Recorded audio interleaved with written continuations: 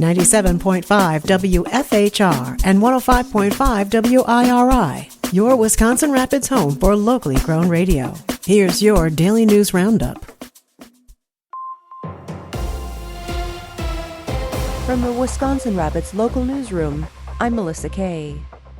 Wisconsin's pandemic-era child care program ran out of funding this summer, and in the state's biennial budget, a new program to bridge the gap sends support to providers and families, but some providers aren't eligible to apply. State Senator Patrick Teston says he was surprised to learn that only child care providers regulated by the state are eligible. That leaves some providers licensed by tribal nations unable to access that money. What was brought to our attention and we were not aware of is that our tribal nations, they aren't able to qualify. And many of our tribal nations, including the Ho-Chunk, have their own child care centers, and they provide services not only for their own tribal members, but for others within the regions that they serve and operate in. A bill at the state capitol would fix that, letting Native nations also qualify for the bridge support payments. By opening the door and making a small minor tweak to current state statute on how this program is operated to open it up for tribal nations. We have 13 federally recognized tribal nations here in the state of Wisconsin. It's going to further open the door to allow and increase access to child care and hopefully help with the affordability of it. 9 Democrats and 6 Republicans, including Teston, have signed on in both chambers of the legislature. If other child care providers are able to access these programs, our tribal nations should be as well. And so this should be a layup and a slam dunk, in my opinion. The Assembly version of the bill got a public hearing last week. The Senate version is still waiting in committee. Chronic wasting disease has been confirmed in a wild deer in La Crosse County. The Wisconsin DNR confirmed the positive test result on a hunter-harvested adult buck within 10 miles of both Monroe and Vernon County borders. La Crosse County's 2-year baiting and feeding ban will be extended for another 3 years.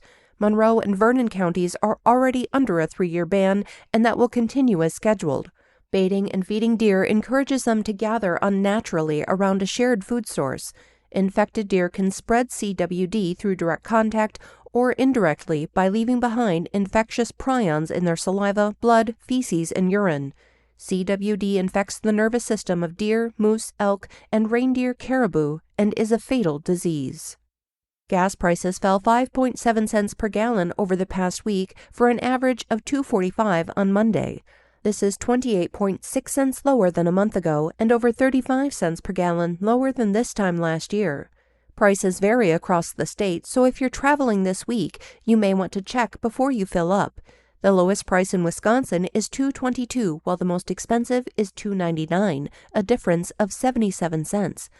The national average is $2.79, which is 5.7 cents lower than last week. This is the 4th straight week of a decline, according to Gas Buddy officials. They say oil prices are struggling to rise and refinery output is high. This is likely to keep gas prices down over the weeks ahead. More than 125 stations across the country are already below $2 per gallon.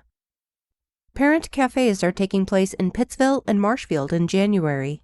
These informative gatherings are presented by the Marshfield Area Coalition for Youth, or MACY, and the Wood County Health Department.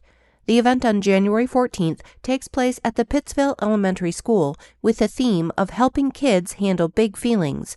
It's from 5:30 to 7:15 and will include food and drinks, childcare, and giveaways.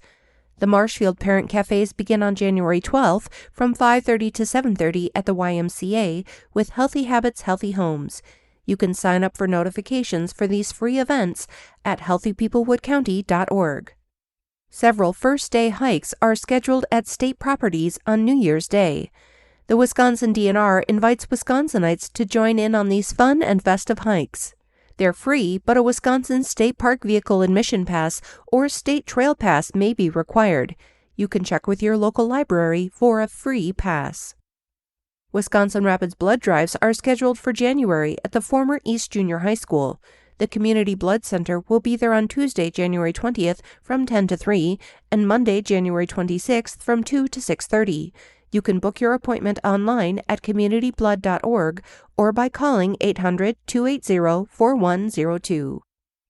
McMillan Library will be closed on Christmas Eve and Christmas Day. You'll want to stop in early to pick up books, movies, music, or games to liven up your holiday break.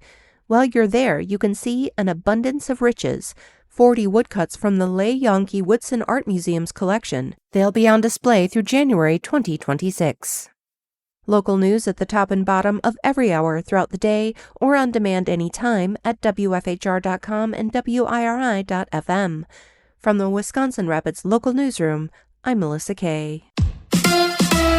An easy win for the Badgers. Hi, I'm Mike Clemens with sports. Men's college basketball. Wisconsin beat Central Michigan 88-61 at the Kohl Center in Madison. Badgers guard John Blackwell did not play, recovering from an injury. So Hayden Jones, a 6'6" freshman from New Zealand, got his first start. When did he learn he'd be playing? Yeah, so found out like 40 minutes before the game. Didn't really know what was happening until the lead up. Kind of knew JB was going to be so-so, but I was ready. Obviously had a bit of nerves going into it, but once got in there, it was just another game of basketball. Jones finished with 6 points, 4 rebounds. NBA, the Bucks in Indiana to take on the Pacers. NFL, Jordan Love in the concussion protocol after taking that shot to the helmet against the Bears. Left guard Aaron Banks. What's the flag they called on that roughing the passer? I just don't get how guys get kicked out of the game for taunting, but if you hit a quarterback late in the head, that has to be reevaluated. I think that's ridiculous. That's Packers left guard Aaron Banks with sports. I'm Mike Clemens.